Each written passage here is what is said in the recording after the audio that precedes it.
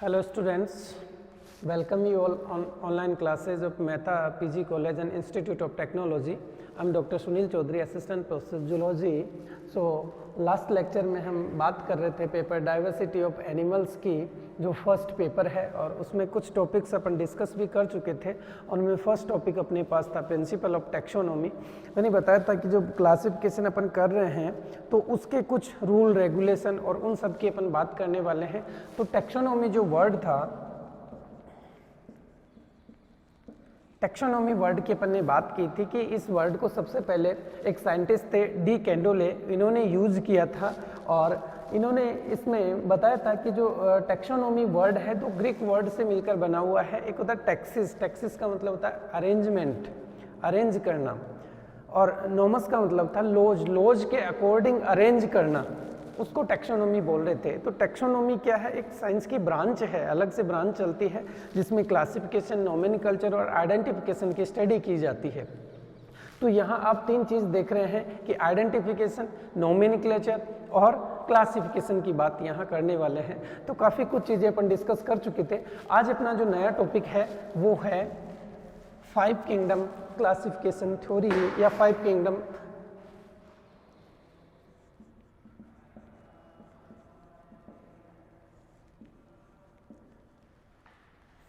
Kingdom system of classification.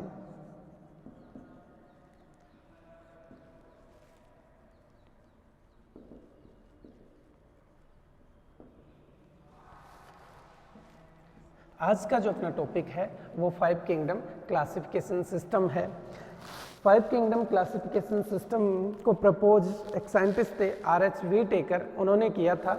और इसमें जितने भी जो ऑर्गेनिज्म हैं उनको 5 किंगडम में डिवाइड किया गया था। तो इससे थोड़ा सा पहले चलते हैं, अपन बात कर लेते हैं 2 किंगडम और 4 किंगडम की भी बात कर लेते हैं। तो जो 2 किंगडम क्लासिफिकेशन सिस्टम था,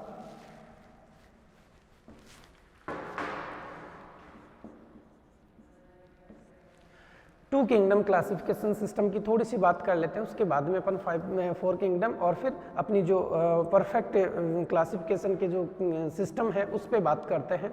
तो 2 किंगडम क्लासिफिकेशन सिस्टम जब अपन बात कर रहे थे कि कोरोलस लिनियस ने इसके लिए एक वर्ड यूज किया था सिस्टेमा नेचुरी, उसमें भी बताया था कि सिस्टमेटिक क्लासिफिकेशन होना चाहिए। ठीक है, तो सिस्टमेटिक क्लासिफिकेशन यहाँ से अपने पास में नहीं आ रहा। इससे पहले जो साइंटिस्ट थे अरिस्टोटल, उन्होंने बात करी थी, या अरस्तु ने बात की थी कि 2 ग्रुप्स में डिवाइड कर दिया था उन्होंने। तो उनके टाइम से भी 2 ग्रुप्स में ऑर्गेनिज्म को डिवाइड कर रखा था। एक था एनिमल किंगडम और दूसरा था प्लांटी या प्लांट किंगडम।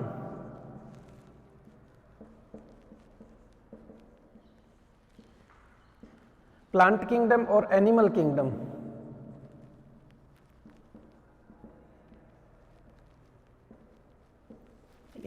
अरस्तु के समय से ही 2 किंगडम्स में इनको डिवाइड कर रखा था, एक प्लांट किंगडम और दूसरा एनिमल किंगडम। अब वो सब चीज़ें इसमें इनमें जो भी एनिमल्स हैं उसमें mode of nutrition, cell wall की प्रेजेंस, सेल मेम्ब्रेन की प्रेजेंस, लेवल ऑफ ऑर्गेनाइजेशन, इस बेस पे इन्होंने 2 किंगडम्स में डिवाइड कर रखे थे, एक में प्लांट्स और दूसरे में एनिमल किंगडम।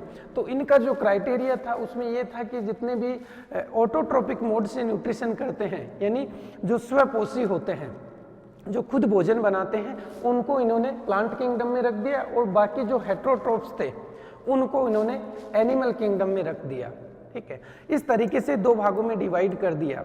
जिनके बाहर सेल वॉल प्रेजेंट थी उनको इन्होंने प्लांट किंगडम में रख दिया, जिनके बाहर सेल मेम्ब्रेन थी उनको एनिमल किंगडम में रख दिया। तो इस तरीके से इन्होंने 2 क्लासेस में डिवाइड कर दिया, एक प्लांट किंगडम और एक एनिमल किंगडम, 2 में डिवाइड कर दिया। और डिवीजन के जो क्राइटेरिया थे उनके mode of nutrition, cell wall, membrane और ऑर्गेनाइजेशन, ठीक है, इन सब को लेकर इन्होंने 2 कैटेगरीज में डिवाइड कर दिया। अब इसमें 2 कैटेगरीज में डिवाइड किया तो ये एक परफेक्ट क्लासिफिकेशन तो था नहीं, तो इसके लिए कुछ गुण और दोष थे यहाँ पे। ठीक है, तो दोष की बात करें, गुण तो क्या थे, कुछ नहीं थे, लेकिन दोष की बात करें, इस जो सिस्टम है इसके कुछ दोष थे।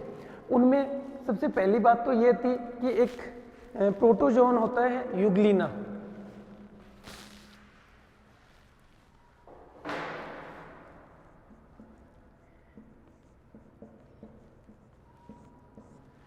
एक प्रोटोजोन है यूग्लिना, उसकी अपन यहाँ बात कर रहे हैं। तो यूग्लिना में आप देखेंगे तो प्लांट्स की तरह उसमें क्लोरोप्लास्ट होता है, ठीक है। एनिमल्स की तरह उसमें बात करेंगे तो लोकोमोशन एनिमल्स की तरह होता है, यानी कि वो फ्लैजेलरी लोकोमोशन करता है। उसके अलावा उसके बाहर मेम्ब्रेन प्रेजेंट है, यानी कि सेल वॉल एब्सेंट है, ठीक है।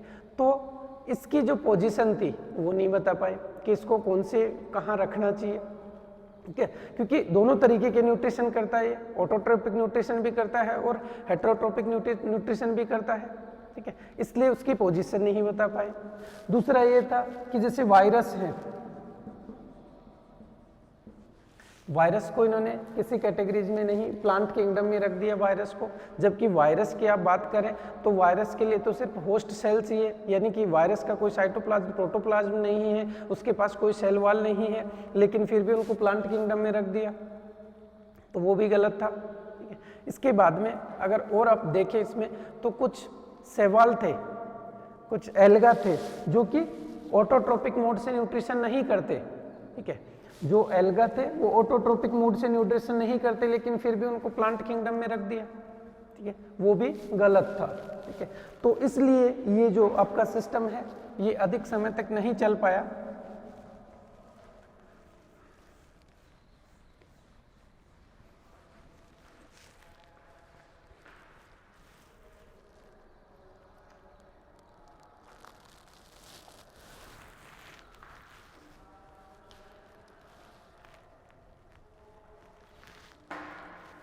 उसके बाद में 1886 में एक साइंटिस्ट थे अर्नेस्ट हैकल,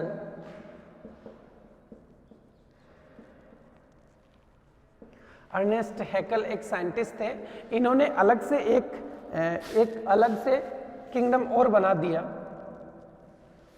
अलग से इस जो पद्धति थी ये 2 किंगडम सिस्टम था क्लासिफिकेशन का, उसके जो दोष थे या जो अवगुण थे इसमें, उनको दूर करने के लिए उन्होंने क्या किया, एक कैटेगरी और बना दी, ठीक है। उस कैटेगरी को इन्होंने नाम दे दिया प्रोटिस्टा,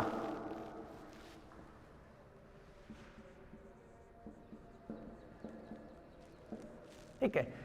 तो ई हैकल ने एक अलग से कैटेगरी और बना दी, उसको नाम दे दिया प्रोटिस्टा, ठीक है। तो अपने पास में 3 कैटेगरी होगी, एक होगी प्लांट किंगडम, दूसरी होगी एनिमल किंगडम और तीसरा किंगडम हो गया प्रोटिस्टा।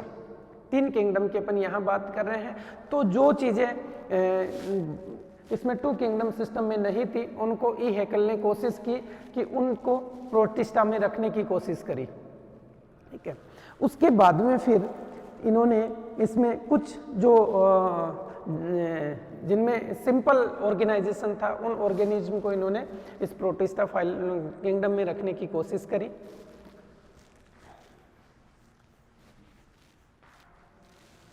उसके बाद में थोड़ी सी अपन बात करते हैं 4 किंगडम क्लासिफिकेशन सिस्टम की।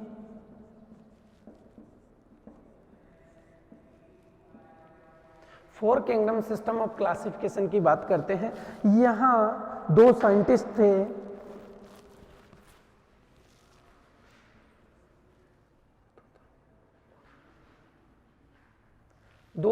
थे, यहाँ एक तो कोपलैंड थे और एक मॉर्गुलिस, 2 साइंटिस्ट थे। इन्होंने इनको 4 किंगडम क्लासिफिकेशन में डिवाइड कर दिया।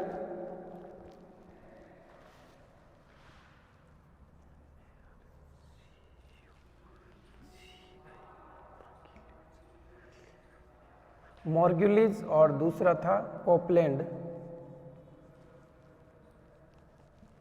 ये 2 साइंटिस्ट थे। इन्होंने क्या किया कि 3 कैटेगरीज तो अपने पास में आ चुकी थी।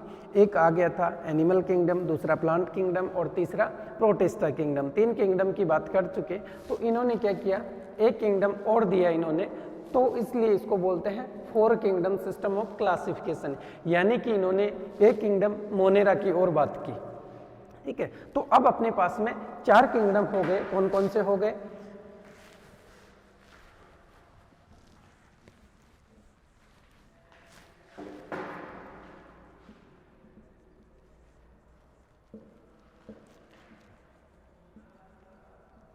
Kingdom Monera, protista,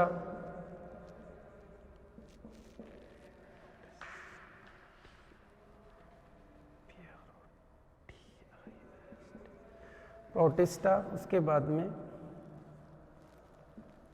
kingdom Plantae, और उसके बाद में किंगडम एनिमेलिया, किंगडम एनिमेलिया। तो इस तरीके से अपने पास में 4 किंगडम सिस्टम आ गया। अब इसमें इन्होंने कोशिश की कि मोनेरा में इन्होंने जो भी बैक्टीरिया और ब्लू ग्रीन एल्गे थी उनको इन्होंने कोशिश की, यानी कि मोनेरा में रखने की कोशिश की। ब्लू ग्रीन एल्गा और जो भी बैक्टीरिया वगैरह थे उनको मोनेरा में रखा इन्होंने। उसके बाद में इन्होंने जो भी यूनिसेलुलर थे, एक तरीके से अपन कहें कि जो प्रोकैरियोटिक सेल्स वाले जो ऑर्गेनिज्म थे उनको इन्होंने, जैसे कुछ शैवाल, कुछ प्रोटोजोआ, कुछ फंगस, उनको इन्होंने प्रोटिस्टा में रखा। उसके बाद में जो मल्टीसेलुलर प्लांट्स थे उनको प्लांटी में रखा, और जितने भी मेटाजोन्स थे उनको इन्होंने एनिमेलिया किंगडम में रख दिया। ठीक है, तो इस तरीके से इन्होंने 4 कैटेगरीज कर दी। लेकिन यहाँ भी, इसमें भी कुछ पद्धति में कुछ दोष थे। ठीक है, यहाँ भी अपने पास में पूरा क्लासिफिकेशन सिस्टम नहीं आ पाया इसका, इसलिए फिर आपको जो RH वीटेकर थे उन्होंने 5 किंगडम क्लासिफिकेशन सिस्टम को प्रपोज किया था। ठीक है, तो इस 4 किंगडम सिस्टम में अपन देखते हैं कि कुछ इसके दोष थे, कि कौन कौन से दोष यहाँ पे थे या कौन कौन से अवगुण थे, उनकी अपन यहाँ बात कर लेते हैं। तो यहाँ देखिए इस सिस्टम में कि बहुत सारे ऐसे स्पीसीज थी, जैसे फंगस थे। ठीक है, इन्होंने फंगस को, इनको सबको यहाँ रख दिया मोनेरा में। लेकिन जो फंगस थे उनका कोई फूड का मोड, न्यूट्रिशन का कोई मोड नहीं था, किस तरीके से वो लेते हैं, ना उनका कोई बॉडी ऑर्गेनाइजेशन की बात करी, ना ही इनको वायरस को कैटेगराइज किया किसी कैटेगरीज में। इसलिए ये सिस्टम भी ज़्यादा अच्छे तरीके से नहीं चल पाया। उसके बाद में फिर अपने पास में नेक्स्ट जो क्लासिफिकेशन का सिस्टम है वो है 5 किंगडम क्लासिफिकेशन सिस्टम, जो कि सबसे परफेक्ट और मॉडर्न क्लासिफिकेशन का सिस्टम है जिसको अपन यूज करते हैं।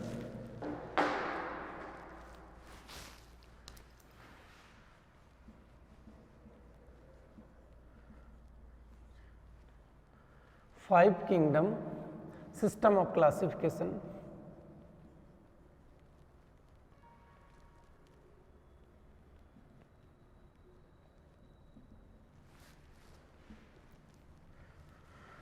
ठीक है, 5 किंगडम की अपन यहाँ बात कर रहे हैं। तो ये जो सिस्टम है इसको प्रपोज करने वाले जो साइंटिस्ट थे वो साइंटिस्ट थे RH वीटेकर।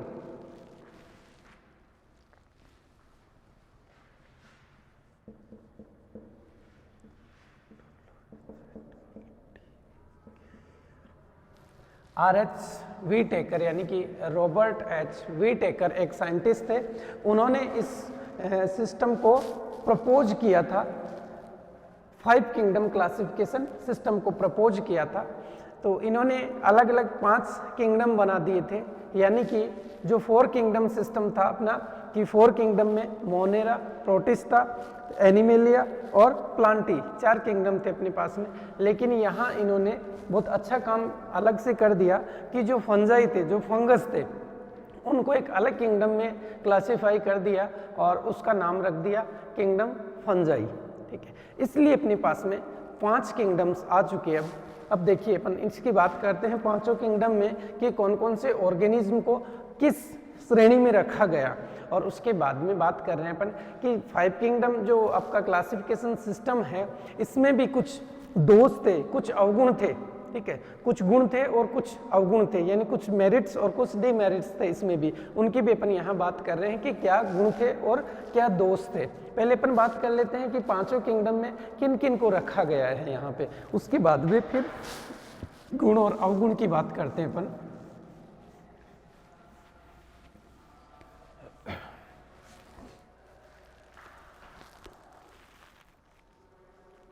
देखिए सबसे पहली चीज और देखिए, इन्होंने जो इसका आधार लिया, बेस, किस बेस पे इन्होंने इनको ये 5 किंगडम में डिवाइड किया, उसके लिए इन्होंने 2-3 चीजें ली। जैसे एक तो सेल के स्ट्रक्चर की बात की इन्होंने, ठीक है, तो कॉम्प्लेक्सिटी ऑफ सेल स्ट्रक्चर,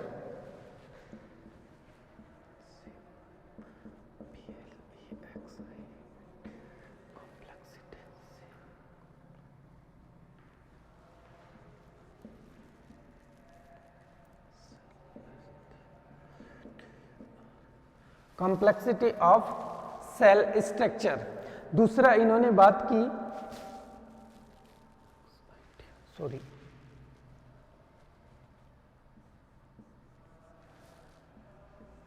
ठीक है, complexity of cell structure.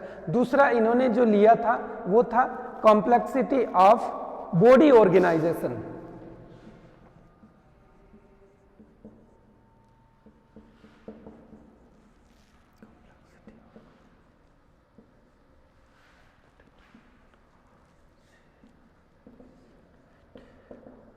Body organization.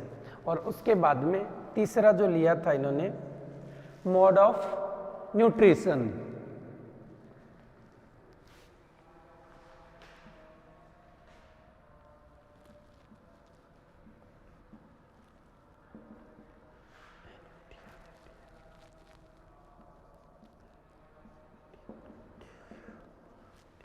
Mode of nutrition. ये 3 बेस लेकर इन्होंने 5 किंगडम को प्रपोज किया था, ठीक है। तो पहला हो गया कॉम्प्लेक्सिटी ऑफ सेल स्ट्रक्चर, यानी कि सेल का जो है स्ट्रक्चर कैसा है, यानी कि वो प्रोकैरियोटिक हैं या यूकैरियोटिक हैं। प्रोकैरियोट्स का मतलब था कि जो प्रिमिटिव थे, यानी कि जिसमें न्यूक्लियस नहीं था, और यूकैरियोटिक, ईयू का मतलब एक ग्रीक वर्ड है, यू का मतलब जिनमें न्यूक्लियस, कैरियन, न्यूक्लियस प्रेजेंट है, जिन सेल्स में न्यूक्लियस प्रेजेंट है तो उनको यूकैरियोट कहा, और जिनमें न्यूक्लियस नहीं है, प्रिमिटिव सेल्स हैं, उनको प्रोकैरियोट्स कहा। तो इस सेल के कॉम्प्लेक्सिटी या स्ट्रक्चर की, कि सेल का किस तरीके का स्ट्रक्चर था, उसके बेस पे इन्होंने क्लासिफाई किया। दूसरा जो बेस था वो लिया कॉम्प्लेक्सिटी ऑफ बॉडी ऑर्गेनाइजेशन, यानी कि ये ऑर्गेनाइजेशन में कैसे हैं, शरीर संगठन इनका कैसा है, यानी कि ये यूनिसेलुलर है या मल्टी सेलुलर है। ऑर्गेनाइजेशन में ये यूनिसेलुलर है या मल्टी सेलुलर है। उसके बाद में तीसरा जो बेस लिया था mode of nutrition. Mode of nutrition के बेस पे इन्होंने देखा कि कुछ ऑर्गेनिज्म थे वो हेटरोट्रोपिक थे, कुछ ऑटोट्रोपिक थे, कुछ इंगेशन कर रहे थे और कुछ एब्जॉर्प्शन कर रहे थे फूड का। तो उस बेस पे भी इन्होंने क्लासिफिकेशन का जो अपना क्राइटेरिया माना, तो उसमें ये 3 चीजें इन्होंने ली, complexity of cell structure, complexity of body organization, mode of nutrition. ठीक है, अब अपन बात करते हैं कि जो व्हीटेकर की जो 5 किंगडम क्लासिफिकेशन का जो सिस्टम है, उसमें इन्होंने कौन कौन से ग्रुप्स में किन किन को रखा। जैसे अपन बात करेंगे सबसे पहले कि मोनेरा, किंगडम मोनेरा में इन्होंने किन को रखा, प्रोटिस्टा में किसको रखा, और उसके बाद में इसमें फंजाई में किसको रखा।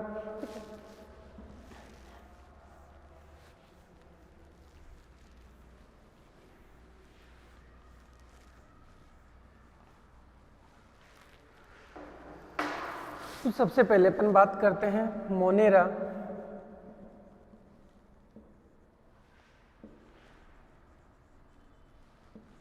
देखिए 4 किंगडम अपने पास में आ चुके थे 4 किंगडम क्लासिफिकेशन थ्योरी में, और उसके बाद में 5वां जो किंगडम था वो RH व्हीटेकर ने प्रपोज किया था अपने सिस्टम में, वो था फंजाई, यानी कि इन्होंने फंगस को अलग से कैटेगराइज कर दिया। तो 5 किंगडम हो गए। तो इन्होंने मोनेरा में अपन बात करते हैं तो जितने भी ब्लू ग्रीन जो एल्गा थे, ठीक है, उनको इसमें रखा गया था। उसके बाद में प्रोटिस्टा की अपन बात करते हैं तो प्रोटिस्टा में जो भी यूनिसेलुलर और मल्टीसेलुलर एल्गी और प्रोटोजोन्स हैं उनको प्रोटिस्टा में रखा गया। उसके बाद में प्लांटी किंगडम में जितने भी प्लांट्स हैं, मल्टीसेलुलर प्लांट्स हैं, उनको प्लांटी में रख दिया। ठीक है, एक कैटेगरी इन्होंने अलग कर दी फंगस की, क्योंकि उनका मोड ऑफ न्यूट्रिशन भी अलग था। उसके बाद में उनका सेल ऑर्गेनाइजेशन भी अलग तरीके का था, तो वो उनमें एडजस्ट नहीं हो रहे थे। तो उन्होंने क्या किया, एक अलग से कैटेगरी बना दी, उसका नाम रख दिया फंजाई। ठीक है, इसलिए अपने पास में 5 किंगडम क्लासिफिकेशन सिस्टम आ गया, जो कि सबसे परफेक्ट सिस्टम है। उसी को बेस मानकर इन जितने भी ऑर्गेनिज्म हैं उनको क्लासिफाई किया गया है। ठीक है।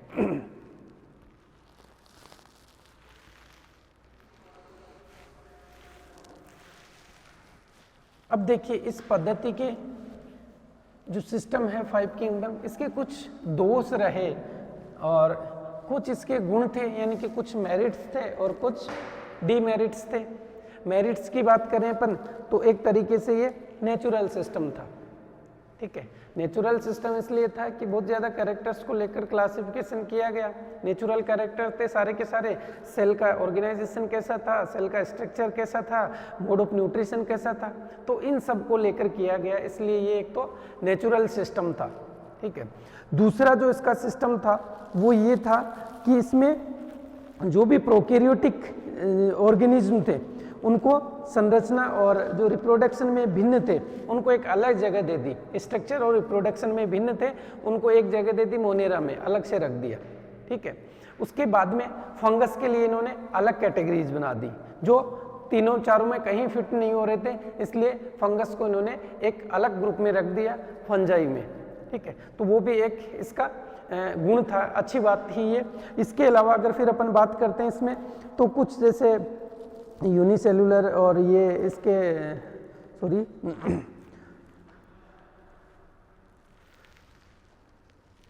चलिए, तो ये सारे के सारे इसके गुण थे। अब अवगुण की बात करते हैं कि इसके कुछ डीमेरिट्स भी रहे होंगे, यदि कोई चीज़ का लाभ है तो उसकी हानि भी होगी।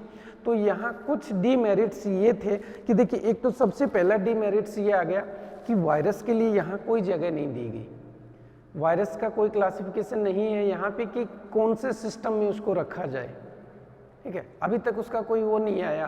तो एक तो पहला अवगुण इसका ये था।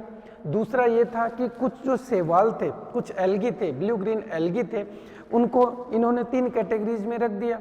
कुछ जो यूनिसेलुलर थे, कुछ मल्टी सेलुलर थे, उनको प्लांट किंगडम में रख दिया, कुछ को इन्होंने प्रोटिस्टा में रख दिया, कुछ को मोनेरा में रख दिया, तीनों जगह रख दिया। तो वो भी एक स्पष्ट नहीं हो पा रहा था। ठीक है, इसके अलावा इसमें कुछ और दोष की अगर अपन बात करते हैं तो इसमें देखिए कुछ जो मोनेरा के या प्रोटिस्टा जगत के जो ऑर्गेनिज्म हैं उनमें हेट्रोजीनस न्यूट्रिशन होता है। ठीक है, तो उसको भी ये स्पष्ट तरीके से नहीं बता पाए। तो ये सारे के सारे इसके अवगुण थे या दोष थे। ठीक है, और दोष गुण की अपन ने बात कर ली कि गुण कौन कौन से थे। गुण तो ये थी कि सबको अलग अलग कैटेगरीज में अच्छे तरीके से व्यवस्थित कर दिया। ठीक है, मोनेरा को अलग में दे दिया, जो भी जितने भी ऑर्गेनिज्म थे, जो यूनिसेलुलर ऑर्गेनिज्म थे, उनका न्यूट्रिशन का मोड अलग था, उनका रिप्रोडक्शन का सिस्टम अलग था, तो उनको मोनेरो में रख दिया। उसके बाद में कुछ प्रोकैरियोट्स को प्रोटिस्टा में रख दिया, जैसे जितने भी प्रोटोजोअन्स हैं उनको यहाँ रख दिया।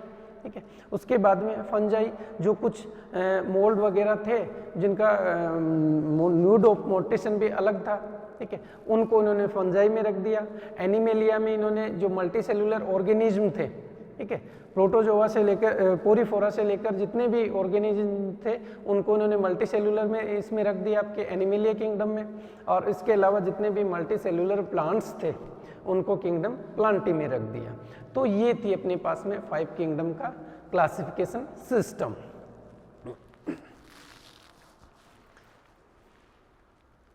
देखिए, थोड़ा सा अपन कंपैरेटिव स्टडी करना चाहें इन 5 किंगडम की, तो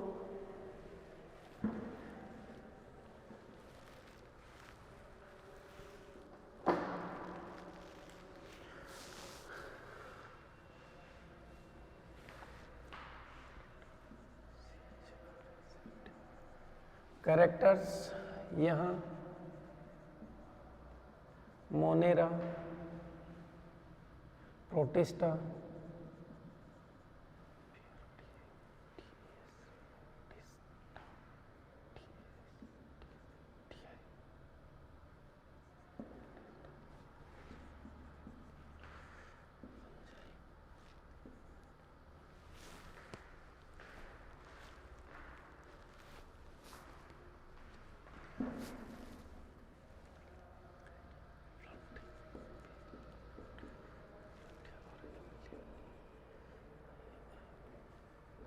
एनिमेलिया। ठीक है, पांचों किंगडम की अपन थोड़ी सी बात कर लेते हैं, कुछ इनके कैरेक्टर्स देख लेते हैं कि क्या क्या कैरेक्टर्स थे। तो सबसे पहले अपन सेल टाइप की बात करते हैं।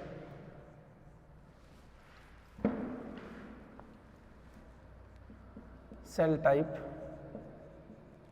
कि सेल किस तरीके की थी, ये जो जितने भी किंगडम हैं अपने, उनमें किस तरीके से अपन ने क्या क्या कैरेक्टर्स लिए हैं। तो ये सारे के सारे प्रोकैरियोटिक थे,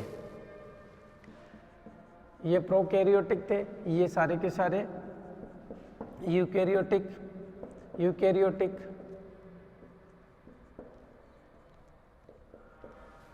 ठीक है।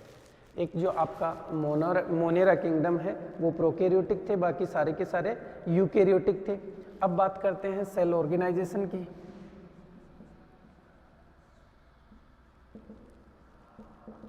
सेल ऑर्गेनाइजेशन की बात करें तो ये जो मोनेरा वाले किंगडम के जो ऑर्गेनिज्म हैं वो सारे के सारे यूनिसेल्यूलर थे, मोस्टली कैसे थे, यूनिसेल्यूलर। मोनेरा में यूनिसेल्यूलर थे। उसके बाद में अपन प्रोटिस्टा की बात करें तो मोस्टली यहाँ भी यूनिसेल्यूलर, लेकिन कुछ मल्टी सेल्यूलर भी थे यहाँ पे। फिर अपन फंजाई में बात करते हैं तो वहाँ मोस्टली कैसे थे, मल्टी सेल्यूलर, यानी दोनों तरीके के थे, यूनी और मल्टी। उसके बाद में उधर प्लांट्स और एनिमल किंगडम में अपन बात करें तो दोनों ही कैसे थे, मोस्टली मल्टी सेल्यूलर, ये भी मल्टी सेल्यूलर और ये भी मल्टी सेल्यूलर। उसके बाद में फिर अपन बात करते हैं न्यूट्रिशन, कैरेक्टर लेके चल रहे हैं। न्यूट्रिशन की बात करें तो जो मोनेरा किंगडम है, मोनेरा किंगडम में मोस्टली जो मोड था न्यूट्रिशन का वो फोटोट्रोपिक या वो प्रकाश संश्लेषण के द्वारा न्यूट्रिशन करते थे। तो फोटोट्रोपिक या कीमोट्रोपिक, कुछ केमिकल से भी लेते थे, फोटो और कीमोट्रोपिक दोनों तरीके का मोड ऑफ न्यूट्रिशन था। यहाँ फिर अपन बात करें अगले में अपने प्रोटिस्टा में बात करते हैं तो ये जो ऑर्गेनिज्म थे ज़्यादातर कैसे करते थे, इनगेशन या एब्जॉर्प्शन।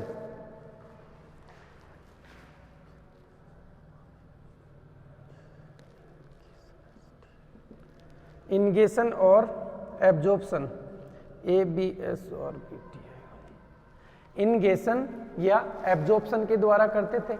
लेकिन कुछ प्रोटिस्टा में कुछ ऑर्गेनिज्म ऐसे थे जो फोटोसिंथेसिस के द्वारा भी न्यूट्रिशन करते थे। जैसे कि अपन बात करते हैं प्रोटिस्टा में अपन ने कहा कि जितने भी प्रोटोजोन हैं उनको अपन ने प्रोटिस्टा में रखा है। और प्रोटोजोन में आपका यूग्लिना भी आता है, और यूग्लिना में क्या होता है, क्लोरोप्लास्ट प्रेजेंट होता है। क्लोरोप्लास्ट की वजह से वो क्या करता है, प्लांट्स की तरह भी फोटोसिंथेसिस के द्वारा फूड बनाता है।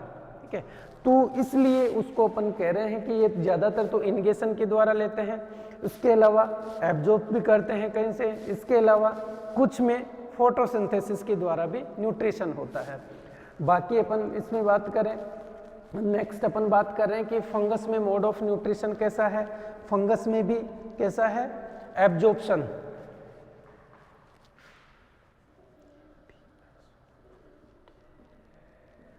फंगस एब्जॉर्ब करते हैं। इसके बाद में आपका प्लांट और जो एनिमल किंगडम है, प्लांट्स में आप देखेंगे तो मोस्टली फोटोसिंथेसिस के द्वारा करते हैं, और ये तो फोटोसिंथेसिस या फोटोट्रोपिक न्यूट्रिशन भी बोलते हैं अपन। और यहाँ ज़्यादातर इनगेशन, इनका जो मोड होता है वो इनगेशन मोड होता है।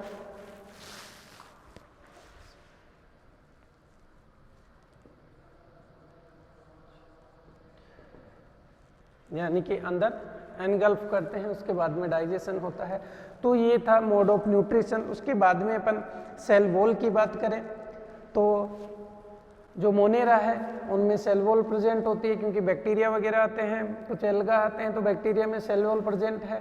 उसके बाद में अपन प्रोटिस्टा की बात कर रहे हैं, प्रोटिस्टा में सेल वॉल एब्सेंट होती है, कुछ में हो सकती है लेकिन बाकी ज़्यादातर में एब्सेंट होती है। उसके बाद में जो फंगस है या प्लांटी है उनमें सेल वॉल प्रेजेंट होती है, और एनिमल्स में सेल वॉल एब्सेंट होती है।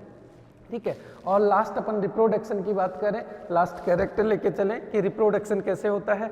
तो रिप्रोडक्शन इनमें जो मोनेरा किंगडम है आपका, मोनेरा में मोस्टली एसेक्सुअल रिप्रोडक्शन होता है, और वो भी बाइनरी फिजन या द्विविखंडन के द्वारा होता है।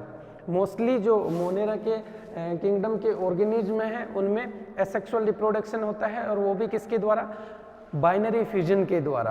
उसके बाद में प्रोटिस्टा की बात करें तो प्रोटिस्टा के भी ज़्यादातर ऑर्गेनिज्म में एसेक्सुअल रिप्रोडक्शन होता है, और एसेक्सुअल रिप्रोडक्शन के कई मेथड्स हैं, या बाइनरी फ्यूजन है, मल्टीपल फ्यूजन है, ट्रांसफर फ्यूजन है, लॉन्गिट्यूडनल फ्यूजन है। ठीक, उसके अलावा कुछ ऑर्गेनिज्म में प्रोटिस्टा के में सेक्सुअल रिप्रोडक्शन भी होता है। इसके बाद में अपन बात कर रहे हैं फंजाई में, कि फंजाई में रिप्रोडक्शन का अगर आप मोड देखेंगे तो यहाँ भी दोनों तरीके का हो सकता है, सेक्सुअल और एसेक्सुअल मोड। प्लांट्स में जितने भी प्लांट्स हैं यहाँ पे भी सेक्सुअल और एसेक्सुअल रिप्रोडक्शन का मोड हो सकता है, लेकिन एनिमल्स में जितने भी एनिमल्स हैं उनमें सब में सेक्सुअली रिप्रोडक्शन ही होता है। तो ये कुछ अपन इन पांचों किंगडम्स में थोड़ा सा कंपैरिजन करके देख रहे थे कि इनमें जो कुछ कैरेक्टर्स अपन ने लिए उनके बेस पे अपन ने कंपैरिजन किया। तो इसमें देखिए सेल टाइप की बात की तो ये प्रोकैरियोटिक टाइप के थे, प्रोटिस्टा, फंजाई, प्लांटी, ये सारे के सारे यूकैरियोटिक टाइप के थे। इसके बाद में सेल ऑर्गेनाइजेशन की बात की, मैंने कहा मोनेरा के जितने भी ऑर्गेनिज्म हैं यूनिसेलुलर हैं। उसके बाद में प्रोटिस्टा के भी यूनिसेलुलर, कुछ मल्टीसेलुलर हैं। फंगस कुछ यूनिसेलुलर, कुछ मल्टीसेलुलर हैं। प्लांटी की बात कर रहे हैं तो सारे मल्टीसेलुलर, मोस्टली मल्टीसेलुलर हैं, और एनिमल्स भी मोस्टली मल्टीसेलुलर हैं। न्यूट्रिशन की बात कर रहे हैं अपन, तो मैंने कहा मोनेरा के जितने भी ऑर्गेनिज्म हैं या तो फोटोसिंथेटिक तरीके से न्यूट्रिशन लेते हैं, या फिर कीमोट्रोपिक यानी केमिकल्स के द्वारा इनमें न्यूट्रिशन होता है। प्रोटिस्टा में ज़्यादातर जो ऑर्गेनिज्म है इनगेशन या एब्जॉर्प्शन के द्वारा न्यूट्रिशन लेते हैं, डायरेक्ट एनगल्फ करेंगे या कहीं से सोखते हैं, एब्जॉर्ब करते हैं, अवशोषण करते हैं। और इसके अलावा कुछ ऑर्गेनिज्म ऐसे हैं, कुछ ही स्पेशल, जैसे यूग्लिना की बात करें उसमें फोटोसिंथेसिस भी होता है। उसके बाद में फंजाई की बात करें अपन तो फंजाई में मोस्टली एब्जॉर्प्शन होता है। प्लांटी में अपन बात करेंगे तो प्लांट्स में फोटोसिंथेसिस के द्वारा होता है, और एनिमल्स में इगेशन के द्वारा डायरेक्ट अंदर लेते हैं फूड को। तो ये कुछ जनरल कैरेक्टर थे जो अपन बात कर रहे थे 5 किंगडम क्लासिफिकेशन सिस्टम में।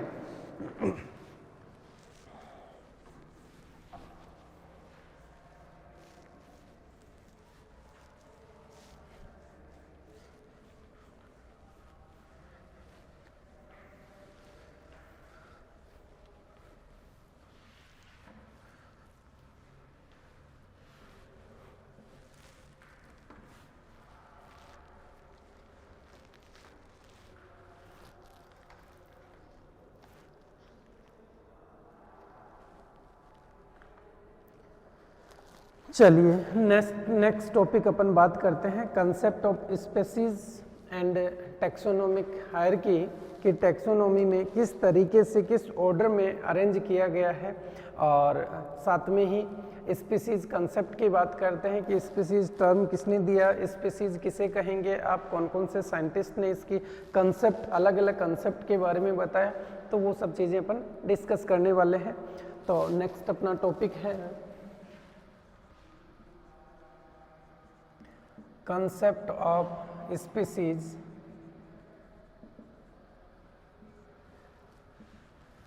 और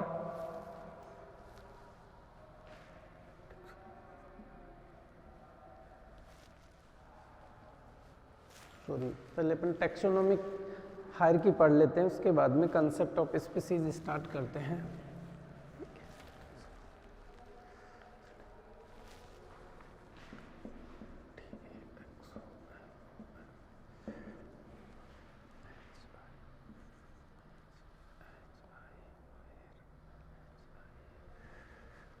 टैक्सोनॉमिक हायरार्की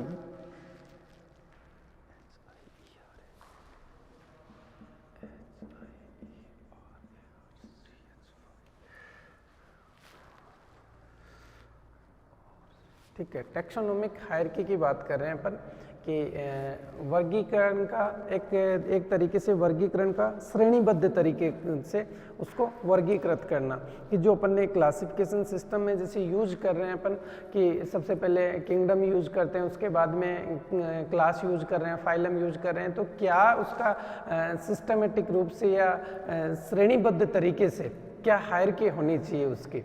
टैक्सोनॉमिक जो आपका क्लासिफिकेशन है उसमें किस तरीके की श्रेणी होनी चाहिए कि जितने भी ऑर्गेनिज्म जैसे अपन ने डिवाइड कर रखे हैं, तो अपन जूलॉजी की बात कर रहे हैं यहाँ, तो जूलॉजी में जितने भी ऑर्गेनिज्म हैं यानी लिविंग बींग्स हैं उनकी बात कर रहे हैं, तो अपन ने मोस्टली यहाँ पे यूज करेंगे किंगडम एनिमेलिया की बात करने वाले हैं ज़्यादातर।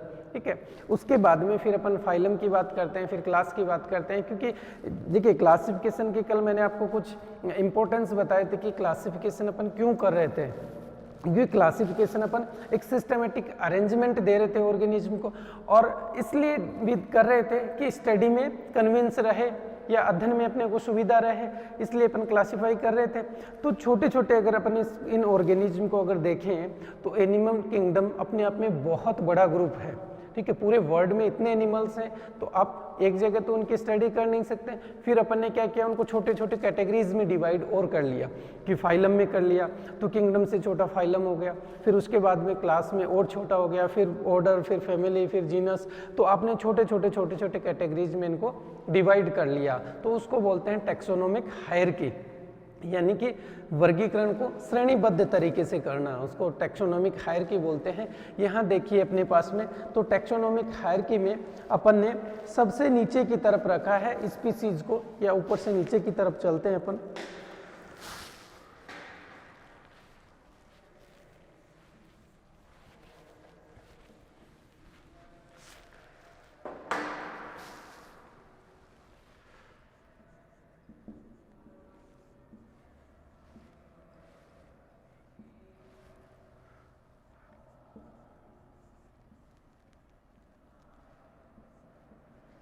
ठीक है, इस तरीके से अपन चल रहे हैं इसमें।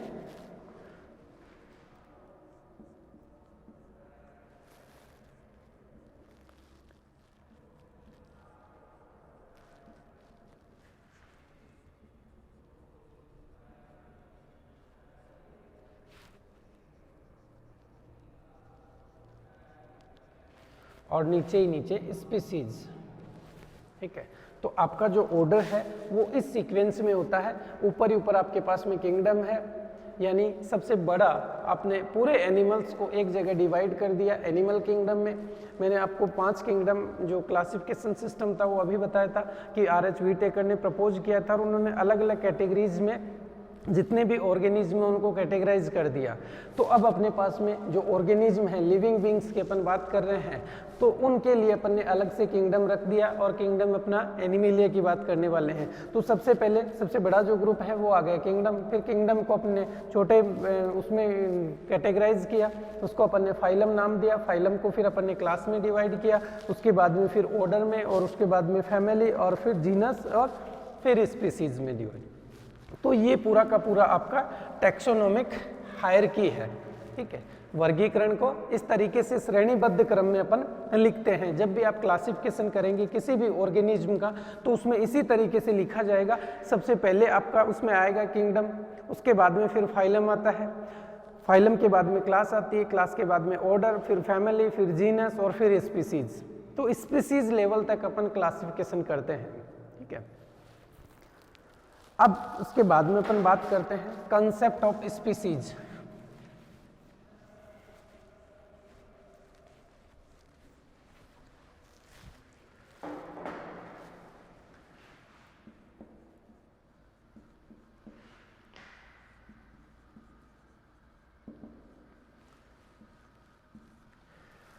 Concept of species. ठीक है, तो उसमें सबसे पहले देखिए जो स्पीसीज टर्म है वो किसने यूज किया था, और उसके बाद में स्पीसीज के लिए क्या कंसेप्ट दी गई, और एक परफेक्ट डेफिनेशन कौन सा आता है कि किसे अपन स्पीसीज कहेंगे।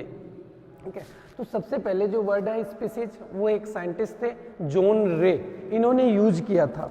स्पीसीज जो टर्म है वो सबसे पहले किसने यूज किया था? जॉन रे ने।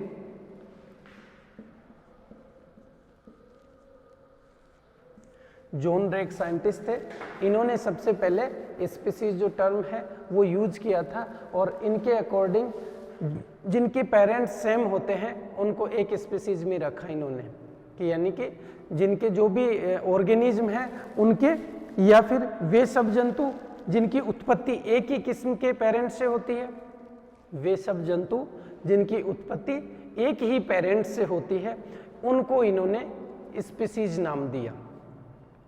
ठीक है, लेकिन देखिए बहुत सारे इसमें भी कॉन्ट्राडिक्शन आएंगे, कि जैसे अपन बात करते हैं कि इंटरब्रीडिंग जैसे नॉर्मली हो रही है, तो उसमें तो अपन मानेंगे कि फर्टाइल स्पीसीज डेवलप हो रही है, लेकिन कुछ जैसे अपन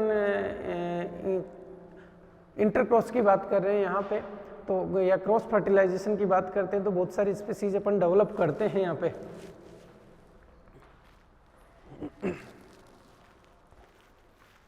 ठीक है, इसके बाद में एक साइंटिस्ट थे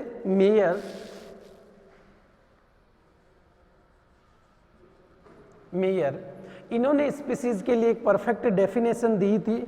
इन्होंने कहा था कि नेचुरल कंडीशंस में इंटरब्रीडिंग हो सके, वे ऑर्गेनिज्म जिनमें नेचुरल कंडीशंस में इंटरब्रीडिंग हो सके, साथ में फर्टाइल ऑफस्प्रिंग डेवलप हो।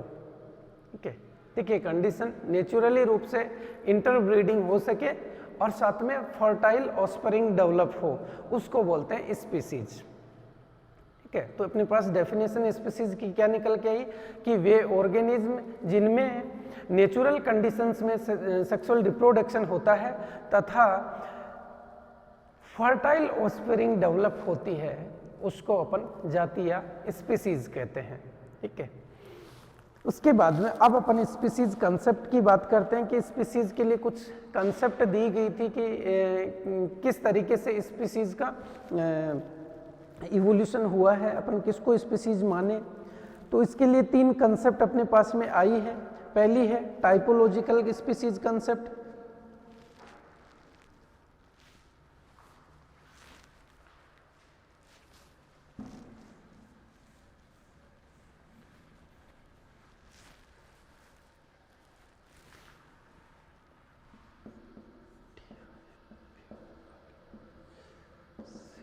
Typological species concept.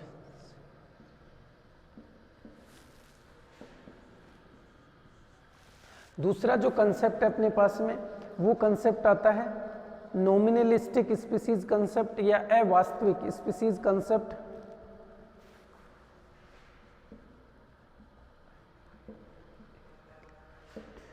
Nominalistic species concept. और उसके बाद में थर्ड अपने पास में आता है बायोलॉजिकल स्पीसीज कंसेप्ट।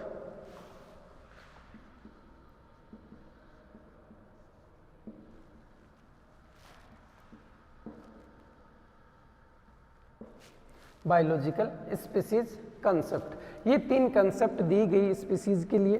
तो सबसे पहले बात करें अपन टाइपोलॉजिकल स्पीसीज कंसेप्ट की बात करें, तो इसमें जो भी स्टडी जो कर रहे थे, इन्होंने इनको कलेक्ट किया, स्पेसिमेन को कलेक्ट किया और उनके आधार पर जो भी स्पीसीज थी उनका वर्णन किया। ठीक है, स्पेसिमेन कलेक्ट किए और कलेक्ट करके फिर उनकी स्टडी की। ठीक है, तो ये कोई ज़्यादा ऑथेंटिक नहीं थी। उसके बाद में दूसरा जो अपने पास में कंसेप्ट आती है वो अवास्तविक या नॉमिनलिस्टिक स्पीसीज कंसेप्ट। इसमें क्या किया, इसमें कुछ साइंटिस्ट का ऐसा मानना है कि प्रकृति ने सिर्फ प्राणी या इंडिविजुअल पैदा किए हैं।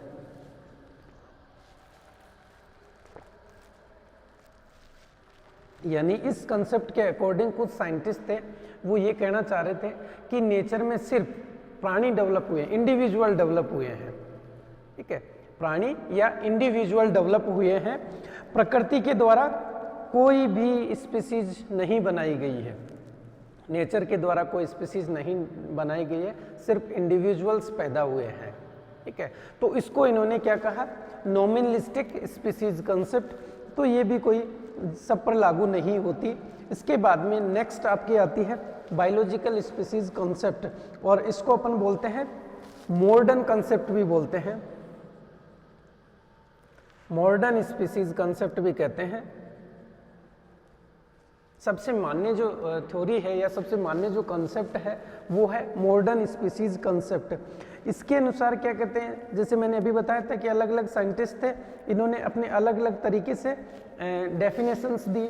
इस कॉन्सेप्ट को 1750 में प्रपोज किया गया था, और इस कॉन्सेप्ट के अनुसार यानी इस संकल्पना में कुछ लोग थे, इसके जो समर्थक थे वो कह रहे थे कि जाति समान रूप से जंतुओं का समूह नहीं है, यानी समान रूप से दिखने वाले जंतुओं का समूह नहीं है, ठीक है। लेकिन उसके बाद में कुछ साइंटिस्ट, जैसे अपन ने बात की मेयर ने स्पीसीज कंसेप्ट दी है, तो मेयर ने कहा कि जो भी ऑर्गेनिज्म है अगर उनमें इंटरब्रीडिंग हो रही है, ठीक है, और फर्टाइल ऑफस्प्रिंग डेवलप हो रही है, तो उसको अपन स्पीसीज कहते हैं, और उसको ही सबसे मान्य माना गया है।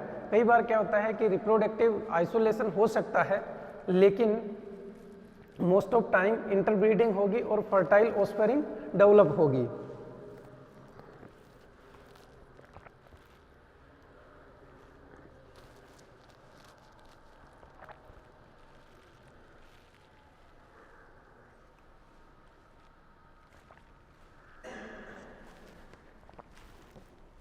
चलिए कुछ स्पीसीज टाइप्स की बात करते हैं कि कुछ स्पीसीज हैं, उनके टाइप हैं, उनमें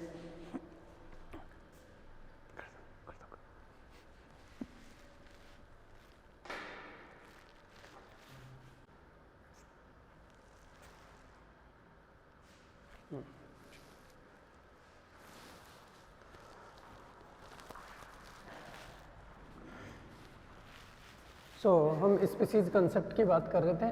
तो फर्स्ट जो कंसेप्ट था वो टाइपोलॉजिकल स्पीसीज कंसेप्ट था, उसके बाद नॉमिनलिस्टिक स्पीसीज कंसेप्ट था, और फिर थर्ड बायोलॉजिकल स्पीसीज कंसेप्ट था जिसको मेयर ने प्रपोज किया था। इसको मॉडर्न स्पीसीज कंसेप्ट भी बोलते हैं, और ये सबसे मान्य कंसेप्ट है अपने पास में, ठीक है। उसके बाद में अपन बात कर लेते हैं कुछ स्पीसीज टाइप्स की बात करते हैं कि कौन कौन सी स्पीसीज हैं। कई बार आपको कई जगह नाम मिलेंगे आपको कि एगेमो स्पीसीज कौन सी हैं, गैमो स्पीसीज कौन सी हैं, एलोपेट्रिक, सिम्पेट्रिक, सिंक्रोनिक, तो उनकी अपन बात कर लेते हैं। कई बार आपको ये वर्ड्स कंफ्यूज करते हैं।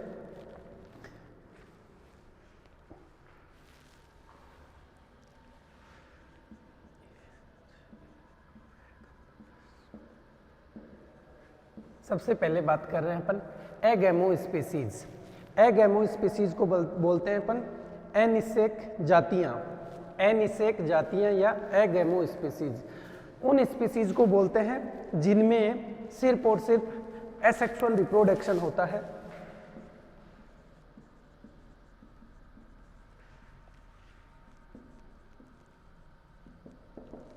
ठीक है। एगेमो स्पीसीज उनको बोलते हैं जिनमें एसेक्सुअल रिप्रोडक्शन होता है। उसके बाद में दूसरी स्पीसीज अपने पास में आती है गैमो स्पीसीज। गैमो स्पीसीज अपन उसको बोलते हैं जिनमें सेक्सुअल रिप्रोडक्शन होता है। इनको अपन बायोलॉजिकल स्पीसीज भी बोल सकते हैं।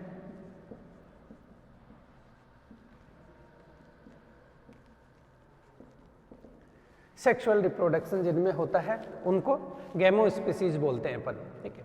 उसके बाद में फिर नेक्स्ट अपन बात करें तो sympatric.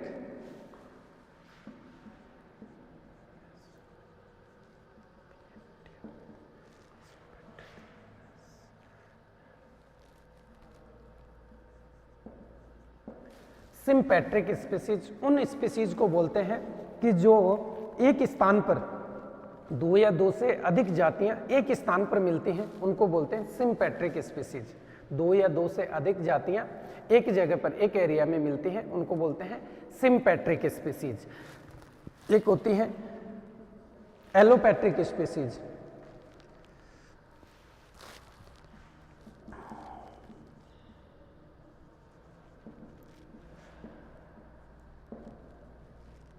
Allopatric species. Allopatric species अपन उनको बोलते हैं, या वो स्पीसीज जो 2 या 2 से अधिक स्पीसीज जो भिन्न भिन्न एरियाज में अलग अलग हैबिटाट में मिलती हैं, ठीक है, 2 या 2 से अधिक स्पीसीज जो अलग अलग एरियाज में मिलती हैं या भिन्न भिन्न डिफरेंट हैबिटाट्स में मिलती हैं, उनको बोलते हैं एलोपैट्रिक स्पीसीज, ठीक है। अलग अलग एरियाज में मिलने वाली स्पीसीज को 2 या 2 से अधिक जातियां जो अलग अलग जगह पर अलग अलग हैबिटाट्स में मिलती हैं, उनको अपन बोलते हैं एलोपैट्रिक स्पीसीज। अलग अलग ज्योग्राफिकल कंडीशंस में मिलती हैं, उनको एलोपैट्रिक स्पीसीज बोलते हैं। उसके बाद में फिर अपन बात करें तो सिंक्रोनिक स्पीसीज, इनको मिटा देता हूं।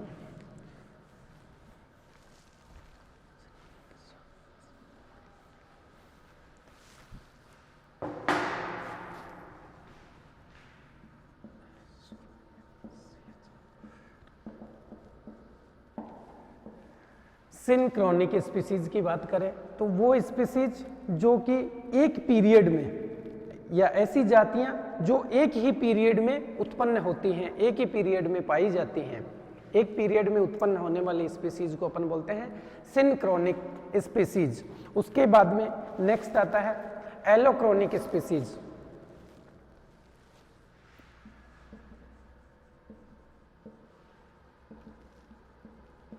एलोक्रोनिक स्पीसीज उनको बोलते हैं, उन स्पीसीज को बोलते हैं अपन जो अलग अलग पीरियड्स में डेवलप होती हैं। अलग अलग पीरियड्स में, मान लीजिए कोई स्पीसीज अभी डेवलप है 5 साल पहले और 5 साल बाद में भी डेवलप होगी, तो अलग अलग पीरियड्स हो गए। और सिंक्रोनिक में कहा कि कोई 2 या 2 से अधिक स्पीसीज एक ही पीरियड में डेवलप थी, मान लीजिए जो 10 साल तक थी उसके बाद में नहीं है, या 10 साल पहले थी 10 साल बाद में है, ठीक है। तो अलग अलग टाइम पीरियड में डेवलप नहीं हो रही, एक ही टाइम पीरियड में थी, तो सिंक्रोनिक जितनी भी स्पीसीज एक ही टाइम पीरियड में जिनका इवोल्यूशन हुआ, एक ही टाइम पीरियड में डेवलप हुई, उनको सिंक्रोनिक। और जिनके लिए अलग अलग टाइम पीरियड है, मान लीजिए कोई 2 साल पहले डेवलप हुई, कोई 4 साल पहले डेवलप हुई, या कोई 6 साल बाद में डेवलप हो रही है, तो उसको बोलते हैं एलोक्रोनिक स्पीसीज, यानी कि अलग अलग टाइम पीरियड में डेवलप हो रही हैं, उनको एलोक्रोनिक स्पीसीज बोलते हैं।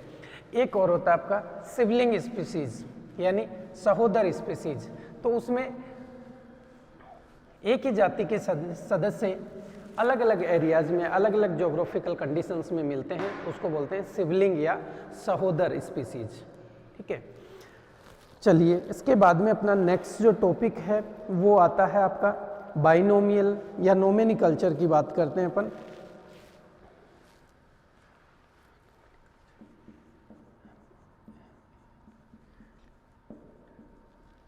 नोमेनिकल्चर या नामकरण की बात कर रहे हैं कि स्पीसीज का अभी तक अपन ने क्लासिफिकेशन कैसे करना है उन सब की बात करी। अब बात करेंगे कि नामकरण कैसे करते हैं स्पीसीज का, और नामकरण करने के लिए कौन कौन से नॉर्म्स हैं, कौन कौन से थ्योरीज प्रपोज की गई हैं, कौन सी पद्धति अपन यूज करते हैं, उन सब की बात करने वाले हैं। तो यहाँ भी सबसे जो परफेक्ट थ्योरी है इसके लिए प्रपोज की गई है नोमेनकल्चर के लिए, वो है बाइनोमियल नोमेनिकल्चर थ्योरी, ठीक है, जिसको प्रपोज किया था कोरोलस लीनियस ने, और वो सबसे मान्य नोमेनिकल्चर थ्योरी है। उसकी अपन बात करने वाले हैं। उसके कुछ रूल रेगुलेशंस हैं जिनको फॉलो करके नामकरण किया जाता है स्पीसीज का। कोई भी स्पीसीज है उनका नामकरण अगर करना है तो जो बाइनोमियल नोमेनिकल्चर की जो थ्योरी दी गई है उसके नॉर्म्स के अकॉर्डिंग उसका नामकरण किया जाता है, ठीक है। तो अपन नोमेनिकल्चर की बात कर रहे हैं कि कोई भी स्पीसीज का कैसे नाम करें। मैंने आप लोगों को बताया था कि बहुत से स्पीसीज हैं उनके कॉमन नाम अलग होते हैं, साइंटिफिक नाम अलग होते हैं। तो अपने को प्रॉब्लम्स आती हैं। प्रॉब्लम कब आती है कि जब आप स्टडी कर रहे हैं किसी स्पीसीज का और उसका पर्टिकुलर एरिया में अलग अलग नाम होता है, ठीक है, हर जगह हर स्पीसीज को अलग नाम से जाना जाता है, ठीक है। तो उस स्पीसीज का स्टडी करना बहुत मुश्किल हो जाएगा, क्योंकि इस एरिया में जिसका जो हैबिटाट है उसमें वो अलग तरीके से मिल रही, दूसरे हैबिटाट में मिल रही है। अपन उसके हैबिटाट का स्टडी करना चाहें, मान लीजिए यहाँ ग्रास लैंड में रह रहे हैं, वहाँ टेरिस्ट्रियल या फॉरेस्ट एरिया में रह रहे हैं, तो वो स्पीसीज वही है लेकिन 2 एरियाज में है। अब उसको उस एरिया में अलग नाम से जानते हैं, इसको इस एरिया में अलग नाम से जानते हैं। तो अपन जब कंपाइल करें तो एक जगह उसको नहीं कर पाएंगे, तो अलग अलग जगह मिलेगी वो सब चीज़ें। तो इसलिए अपन ने क्या किया कि सब स्पीसीज का एक साइंटिफिक नाम रख दिया, परफेक्ट नाम दे दिया और उस नाम के अकॉर्डिंग वो स्पीसीज पूरी दुनिया में जाना जाएगा, पूरे वर्ल्ड में जानी जाएगी वो स्पीसीज, उसका कोई दूसरा नाम नहीं होगा। और जो एक बार नाम दे दिया वो मान्य होगा, उसके बाद में कोई दोबारा मान्य नाम देता है उसका अलग से, तो वो मान्य नहीं, जो पहले नाम दिया गया है वही मान्य नाम होगा। उसके लिए मैंने कल भी आपको थोड़ा सा डिस्क्राइब किया था कि इन नाउन्स के लिए कुछ नियम बनाए हैं, इसके लिए नामकरण के लिए उनके अपन ने बात की थी। तो थोड़ा सा अपन चर्चा करते हैं नोमेनकल्चर पे। तो नोमेनकल्चर की अगर अपन बात करें यहाँ, तो सबसे पहले 2-3 तरीके की थ्योरीज प्रपोज की गई, जैसे मोनोनोमेनिकल थ्योरी, उसके बाद में बाई नोमेनकल्चर थ्योरी और पॉलीनोमेनकल्चर थ्योरी। तो मोनोनोमेनकल्चर थ्योरी में क्या था, मोनो का मतलब एक ही नाम, ठीक है। तो जैसे अपन टैक्सा का नाम रखते हैं, ठीक है, फैमिली रख दिया, मतलब एक ही वर्ड है उसमें पूरा का पूरा, फैमिली, जीनस, टैक्सा, ये सब क्या हो गए, मोनोनोमियल हो गए। उसके बाद में जैसे बाइनोमियल की बात करते हैं, ठीक है, बाइनोमियल में 2 नाम, ठीक है, 2 वर्ड से मिलकर नाम बना हुआ है, ठीक है। इसी तरीके से एक होता है पोलोनोमियल। पोलिनोमियल में क्या होता है कि बहुत लंबा नाम हो जाता है, ठीक है। तो वो परफेक्ट थ्योरी नहीं लगी, क्योंकि किसी भी स्पीसीज का इतना लंबा नाम ना तो याद रहता और ना लिखा जाता, इसलिए ये दोनों थ्योरी मान्य नहीं है। मोनोनोमियल और ये आपकी पोलिनोमियल थ्योरी मान्य नहीं है। नोमेनिकल्चर के लिए बाइनोमियल थ्योरी और ट्राइनोमियल थ्योरी को अपन काम में लेते हैं। बाइनोमियल थ्योरी में 2 वर्ड्स में नाम लिखते हैं, और ट्राइनोमियल में कोई स्पीसीज है, उसके सब स्पीसीज अगर प्रेजेंट है तो उसको भी नाम के आगे लिखा जाता है, इसलिए उसको ट्राइनोमियल थ्योरी बोलते हैं अपन। तो थोड़ा सा अपन नोमेनकल्चर पे डिस्कस करते हैं, और इसकी जो थ्योरी है बाइनोमियल थ्योरी उसकी बात कर रहे हैं।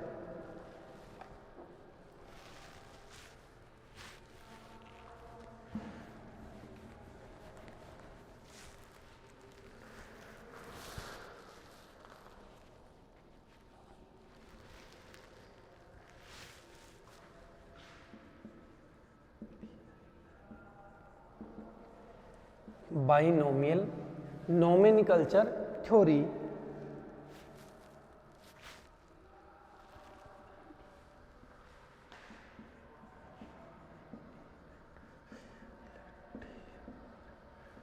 बाइनोमियल नोमेनकल्चर थ्योरी की अपन बात कर रहे हैं। बाइनोमियल नोमेनकल्चर जो थ्योरी है वो किसने प्रपोज की थी, कोरोलस लीनियस ने।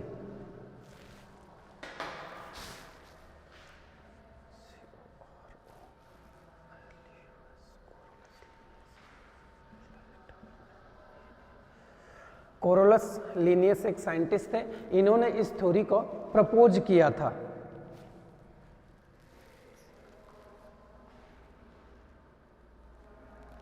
देखिए, कोरोलस लीनियस के बारे में भी थोड़ा सा आपको पता होना चाहिए। इनको पहले अलग नाम से जाना जाता था, कार्ल वॉन लिन्ने के नाम से जाना जाता।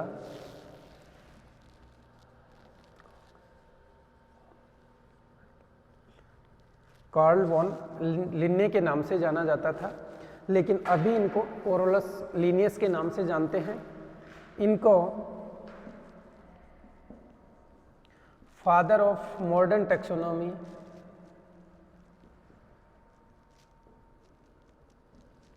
फादर ऑफ मॉडर्न टैक्सोनॉमी बोलते हैं। इनकी एक बुक थी, इन्होंने अपनी एक बुक लिखी थी, उसमें इन सब के बारे में बताया था, और वो बुक थी सिस्टेमा नेचुरी।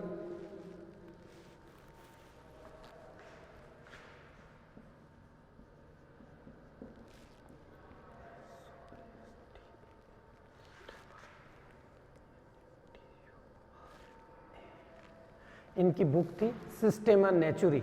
उस बुक में इन्होंने बाइनोमियल जो थ्योरी है उसके बारे में बताया था, उसके बारे में डिस्कस किया था कि जो भी ऑर्गेनिज्म है उनका नामकरण करना है तो उसके लिए आपको 2 वर्ड्स यूज करने हैं, ठीक है, एक जीनस और दूसरा स्पीसीज, ठीक है। तो वो अभी अपन बात कर रहे हैं। तो कोरोलस लीनियस को पहले कार्ल वॉन लिन्ने के नाम से जाना जाता था, अभी कोरोलस लीनियस के नाम से इनको फादर ऑफ मॉडर्न टैक्सोनॉमी कहते हैं। इनकी बुक थी सिस्टेमा नेचुरी, ठीक है। इसके अलावा इन्होंने कुछ और वर्ड थे, जैसे क्लास और ऑर्डर। आपकी जो टैक्सोनॉमिक हायरार्की आती है उसमें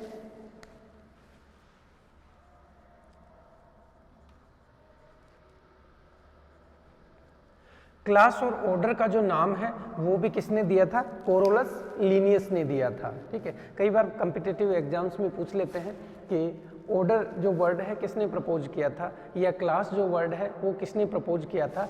तो क्लास और ऑर्डर जो वर्ड है वो कोरोलस लीनियस ने प्रपोज किया था।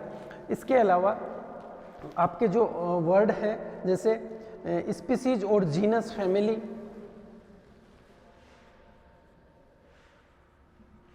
स्पीसीज, जीनस और फैमिली, ये जो वर्ड है ये जॉन रे ने प्रपोज किए थे। ठीक है, स्पीसीज, जीनस और फैमिली तीनों वर्ड जॉन रे ने प्रपोज किए थे। क्लास और ऑर्डर जो वर्ड है वो कोरोलस लीनियस ने प्रपोज किए थे। फाइलम जो वर्ड है वो एक साइंटिस्ट थे जॉर्ज क्यूवियर।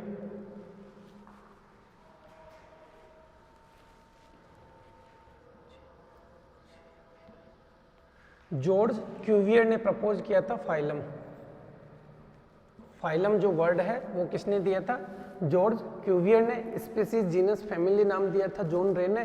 क्लास और ऑर्डर का जो नाम है वो दिया था कोरोलस लीनियस ने। ठीक है, तो ये सब चीजें थोड़ा सा आप ध्यान रखना।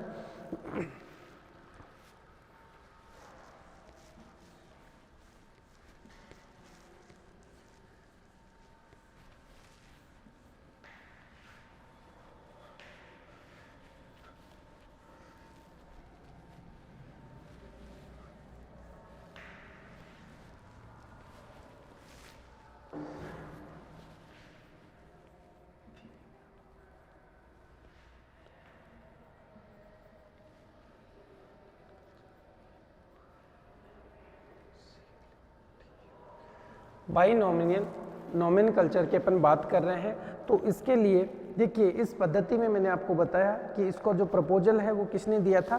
कोरोलस लीनियस ने इसको प्रपोज किया था। तो इसमें कोरोलस लीनियस ने बताया था कि इसमें दो वर्ड्स होंगे। एक पहला जो वर्ड है वो होगा जीनस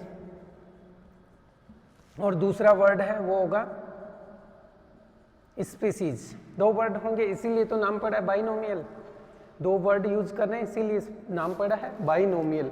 अगर यहाँ तीन वर्ड यूज करें स्पीसीज के बाद में सब स्पीसीज, तो ये हो जाएगा ट्राइनोमियल। ठीक है, और अगर एक ही वर्ड यूज करते हैं जैसे जीनस ही यूज कर रहे हैं अपन, तो ये मोनोनोमियल। ठीक है, तो तीनों अपन जो नोमेनकल्चर के सिस्टम है उनकी बात कर ली। मोनोनोमियल यानी अगर एक ही नाम जैसे टेक्सा, फैमिली वगैरह है इस तरीके का हो तो उसको मोनोनोमियल। जिसमें दो वर्ड जैसे स्पीसीज और जीनस बात कर रहे हैं वो बाइनोमियल, और सब स्पीसीज और जुड़ा हुआ है तो ट्राइनोमियल। यह अपना जो सबसे परफेक्ट नोमेनकल्चर का सिस्टम है उसको बाइनोमियल सिस्टम लेकर चलते हैं अपने। उसमें दो वर्ड्स होंगे, पहला वर्ड होगा जीनस और दूसरा स्पीसीज।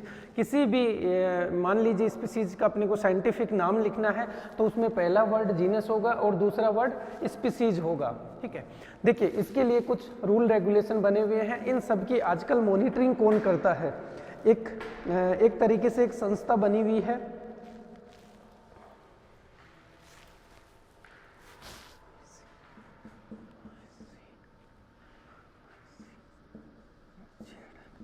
ICZN। एक तरीके से साइंटिस्ट का ग्रुप बना हुआ है, एक संस्था बना दी, international code of zoological nomenclature. अगर किसी भी स्पीसीज का नामकरण करना है तो आपको मान के चलिए कोई स्पीसीज मिली है नहीं, ठीक है, और उसका पहले से नामकरण नहीं है या नाम करना है उसका, तो आपको उसका जो भी नाम करना है वो इस ऑर्गेनाइजेशन के पास भेजना पड़ेगा। वो सब चीज़ें उसके रिलेटेड कैरेक्टर्स, उसके डेटा अगर अवेलेबल हैं या उसकी रिलेटिव स्पीसीज कौन सी है, उन सब के बारे में डिस्कवरी करेंगे। और उसके बारे में अगर पहले से नाम है तो आपके द्वारा भेजे गए नाम को वो रिजेक्ट कर देंगे, और अगर नहीं है तो नया नाम का प्रपोजल दे देंगे या नया नाम छाप देंगे। तो अभी जो ये ऑर्गेनाइजेशन है वो वर्क कर रहा है, और ये ऑर्गेनाइजेशन इसने कुछ रूल्स बना रखे हैं उनके अकॉर्डिंग, या जो इसने लीनियस ने रूल्स बनाए थे कि जीनस और स्पीसीज दो ही वर्ड होंगे। जीनस में जो फर्स्ट लेटर है वो हमेशा कैपिटल होगा, स्पीसीज का फर्स्ट लेटर स्मॉल होगा।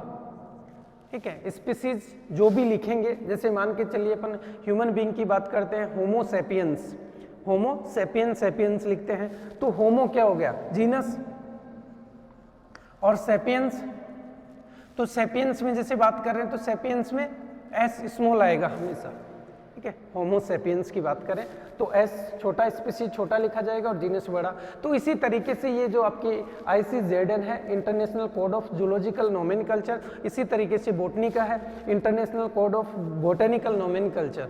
ये ऑर्गेनाइजेशन ने कुछ रूल रेगुलेशन बना रखे हैं जो इन सब के मॉनिटरिंग करते हैं कि कैसे नामकरण करना है। तो इसके लिए इन्होंने कुछ नियम बना रखे हैं।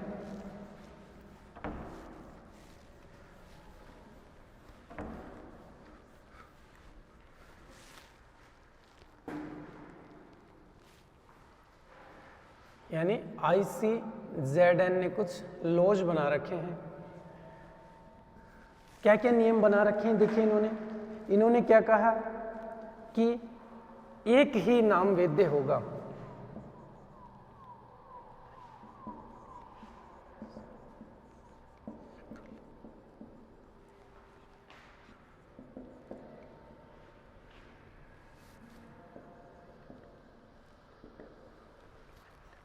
एक ही सिंगल नाम वैलिड होगा। किसी भी स्पीसीज का एक ही साइंटिफिक नाम होगा, दो नाम नहीं हो सकते, ठीक है।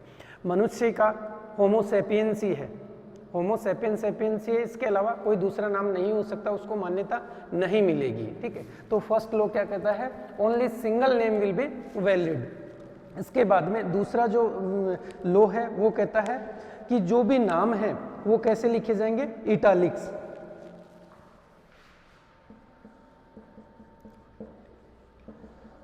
जो भी नाम्स हैं तिरछे इटालिक्स में लिखे जाएंगे, ठीक है। तीसरा जो लॉ है वो आपका कहता है कि जो वैज्ञानिक नाम है, साइंटिफिक नेम है, उसमें दो वर्ड्स होंगे, पहला होगा जीनस और दूसरा होगा स्पीसीज,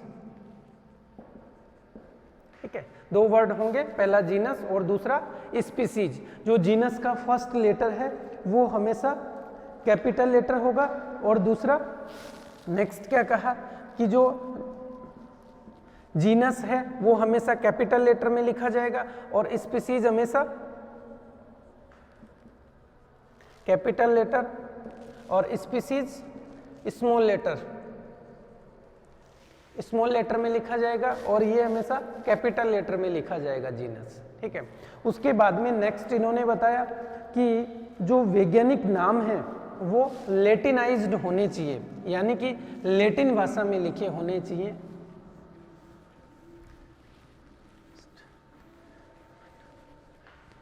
जो साइंटिफिक नेम है वो लैटिनाइज्ड होंगे या लैटिन भाषा में लिखे होंगे।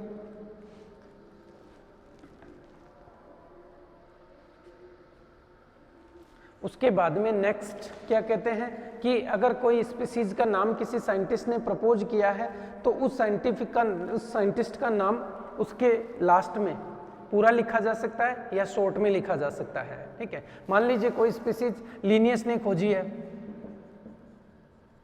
ठीक है, तो लिनियस बहुत बड़ा नाम हो गया, तो अपने को क्या करना है, जैसे इसको शॉर्ट में भी लिख सकते हैं या पूरा भी लिख सकते हैं, तो एलाई डवनन यहाँ तक का भी अपन लिख सकते हैं उसमें, तो इससे आइडिया लग जाएगा कि लिनियस ने इस स्पीसीज का नाम दिया है, ठीक है। तो ये कुछ नॉर्म्स थे जो ICZN ने बना रखे थे, international code of zoological nomenclature. इसी तरीके से बोटनी के लिए है, तो ये कुछ लॉज हैं, उनको फॉलो करके ही किसी भी स्पीसीज का साइंटिफिक नाम दिया जाता है। यानी कि पहला क्या था कि किसी भी स्पीसीज का एक साइंटिफिक नाम वैलिड होगा। दूसरा क्या कहा कि इनको इटैलिक्स में लिखा जाएगा, साइंटिफिक नेम है, इनको इटैलिक्स में लिखा जाएगा। तीसरा कहा दो वर्ड से मिलकर बना होगा, एक जीनस होगा और दूसरा स्पीसीज। चौथा कहा जीनस हमेशा, जीनस का फर्स्ट लेटर कैपिटल लेटर होगा और स्पीसीज का फर्स्ट लेटर स्मॉल लेटर होगा। साथ में अगर कोई साइंटिस्ट का नाम आता है तो वो हमेशा कैपिटल लेटर में लिखा जाएगा, ठीक है। साइंटिस्ट के नाम को आप स्मॉल छोटा लिख सकते हैं या पूरा भी लिख सकते हैं, ठीक है। ये कुछ नॉर्म्स बना रखे हैं ICZN ने, ठीक है। चलिए आज के लिए इतना ही, बाकी नेक्स्ट क्लास में कंटिन्यू करते हैं।